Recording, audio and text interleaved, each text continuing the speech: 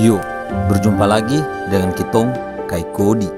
Di perjalanan kali ini, kitong berada di Kabupaten Banggai, Desa Obo, yang berjarak 208 km dari Kota Luk sebagai pusat dari Kabupaten Banggai. Kitong akan melakukan perjalanan di kampung suku pedalaman Saluan atau biasa disebut suku Mamaong. Rute perjalanan kita kali ini yaitu dimulai dari pemukiman Dusun Tampalia. Kemudian kitong akan masuk ke dalam hutan, menyusuri bantaran Sungai Balingara, dan kitong akan pergi ke Danau Rano, serta kitong akan memanah ikan sugili. Dan seperti biasa, perjalanan kali ini akan saya bagi menjadi beberapa episode. Jadi, saksikan terus perjalanan Kai Kodi. Setelah menempuh jarak ratusan kilometer, saya pun sampai di Desa Obo, di Dusun Tampalia, yang berjarak sekitar 20 km dari bibir pantai atau Muara Balingara. Dan di dusun ini, saya akan menemui sahabat saya, Papa Iping, atau biasa dipanggil Eros Wani, yang akan menemani saya menyusuri kawasan pedalaman. Sambil menunggu Eros, Kai Kodi pun diajak oleh Iping dan Esther untuk mengambil buah mangga yang berada di halaman rumah. Dan Ipinglah yang akan memanjat buah mangga tersebut. Ya, Iping adalah satu-satunya anak dari teman saya, Eros. Kebetulan, pohon mangganya berada di pinggir pohon jeruk yang sedang dinaiki Iping, sehingga mudah bagi Iping untuk mengambil buah mangga tersebut.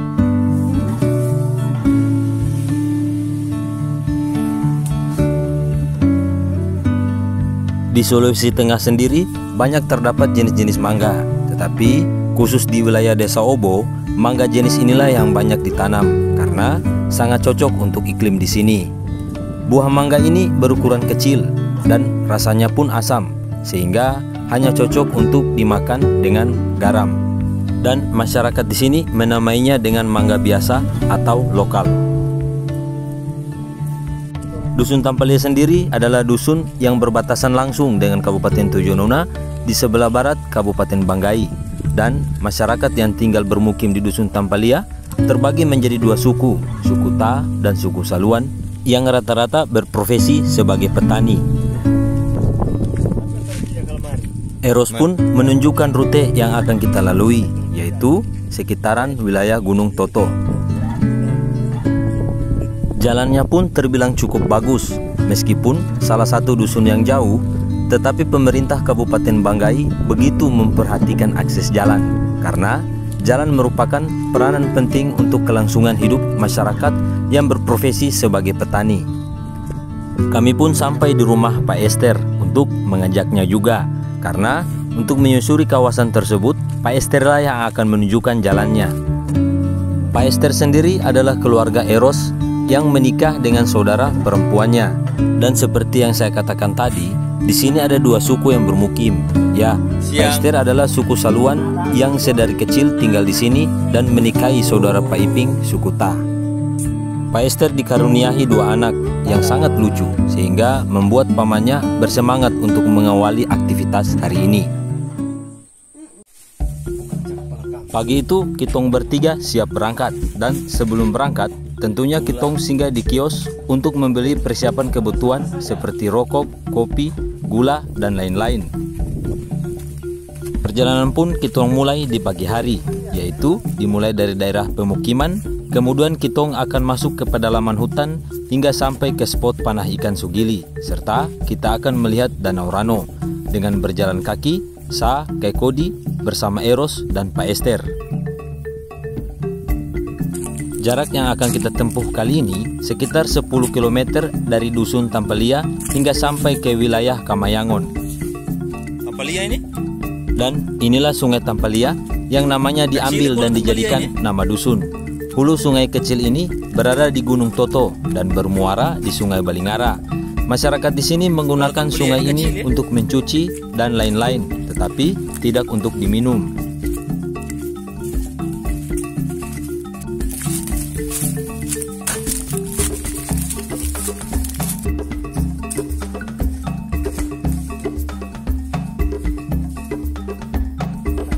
Kitong juga melewati perkebunan coklat. Ya, selain kelapa, coklat juga merupakan sebagai salah satu tanaman unggulan di sini. Setelah melewati kebun coklat, kitong pun melewati lahan perkebunan yang baru dibuka. Lahan ini nantinya akan diolah dan ditanami tanaman seperti kelapa, coklat, dan lain-lain.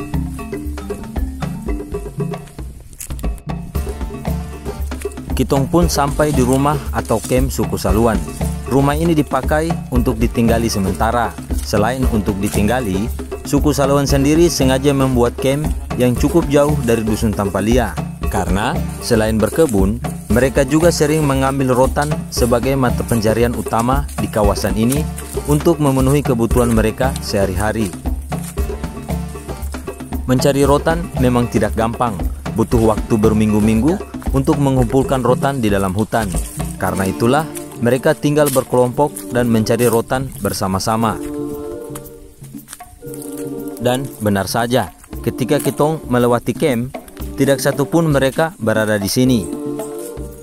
Kabupaten Banggai memang masih banyak terdapat rotan dan menjadi salah satu penghasil rotan terbesar di Sulawesi Tengah.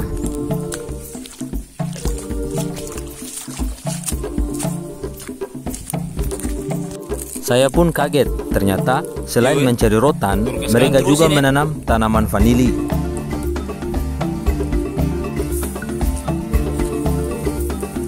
Kitong pun melewati tantangan yang pertama, yaitu daerah dengan jalan yang mendaki. Ya, rute dengan jalan yang mendaki seperti ini merupakan rute yang biasanya masyarakat lewati ketika ingin menuju wilayah Kamayangon.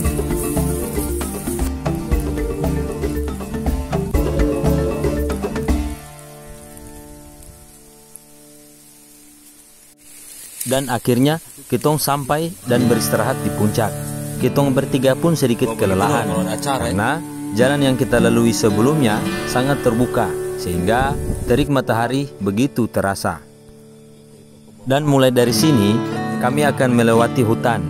Hutan ini adalah jenis hutan lindung, yaitu hutan yang diberikan perlindungan atas keberadaannya sebab hutan ini difungsikan untuk menjaga ekosistem yang terdiri dari aneka ragam flora dan fauna. Dan tanpa menunggu waktu lama, kitong langsung bergegas menuju perjalanan selanjutnya.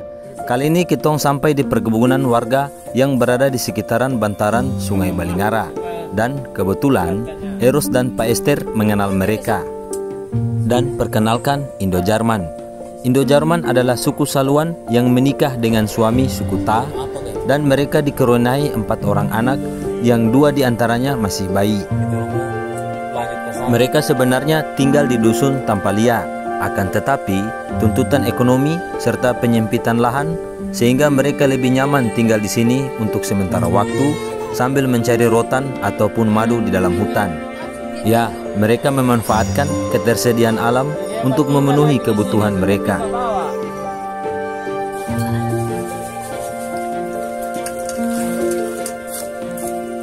Tidak jauh dari rumah Indo-Jarman, kami pun sampai di camp warga setempat yang berada tepat di bantaran bibir sungai Balingara. Ya, mereka sengaja membuat camp di pinggir sungai Balingara guna untuk keperluan air bersih, mencuci, dan mandi. Jika dilihat dari luar, sepintas camp ini hanyalah camp biasa pada umumnya. Namun, setelah memasuki camp ini merupakan pengalaman pertama saya yang luar biasa. Berjalan kaki di antara penduduk asli suku Saluan dan melihat kehidupan mereka.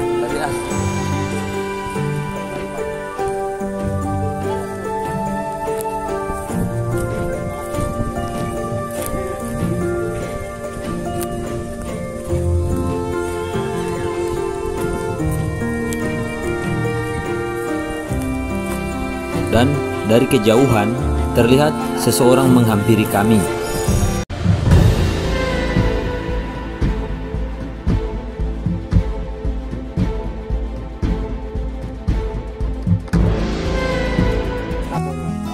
Ternyata beliau adalah paman dari Eros, yaitu saudara dari ayahnya yang sedari tadi sudah melihat kitong datang. Perkenalkan, Papa Itong. Papa Itong juga tinggal dan mencari rotan di sini. Kata Eros, Papa Itong memang terlihat seram dengan rambutnya yang gondrong. Namun, ketika sudah kenal, orangnya sangat ramah.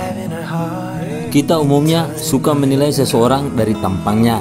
ketika menemui seseorang yang bermuka seram, langsung kita menduga orangnya tidak baik. Sebaliknya, tatkala kita berjumpa dengan seseorang yang berwajah menarik, spontan kita menilai bahwa orang itu pasti baik. Namun, kadangkala pada kenyataannya berbeda. Itulah makna dari pertemuan kita dengan Papa Itong.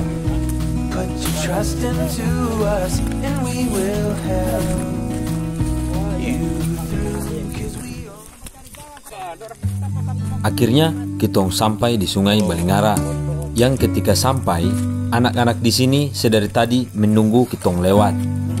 Disinilah mereka menghabiskan waktu bermain, dan tak jarang mereka juga membantu orang tua mereka untuk mencari nafkah. Menetap di sini membuat mereka berbaur dengan alam. Kadangkala, sesekali mereka memanah ikan di pagi hari untuk dijadikan makanan di malam hari.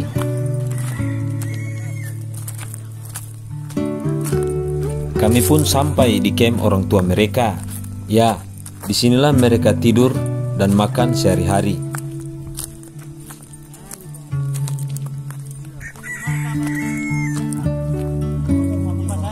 Akhirnya, Kitong bertemu dengan salah satu suku Mamaong, suku pedalaman Kabupaten Banggai, yang kebetulan singgah di camp ini, dan perkenalkan namanya Edi.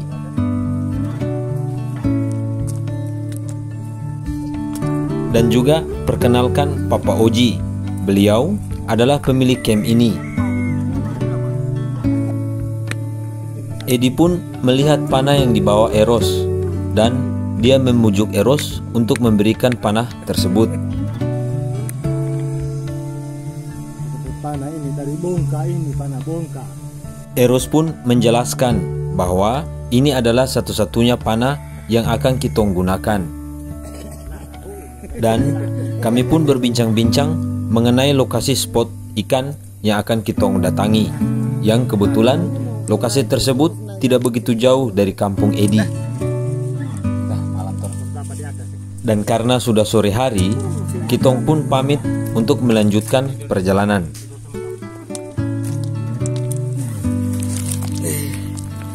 Dari sini, perjalanan kami akan terus mengikuti bantaran sungai.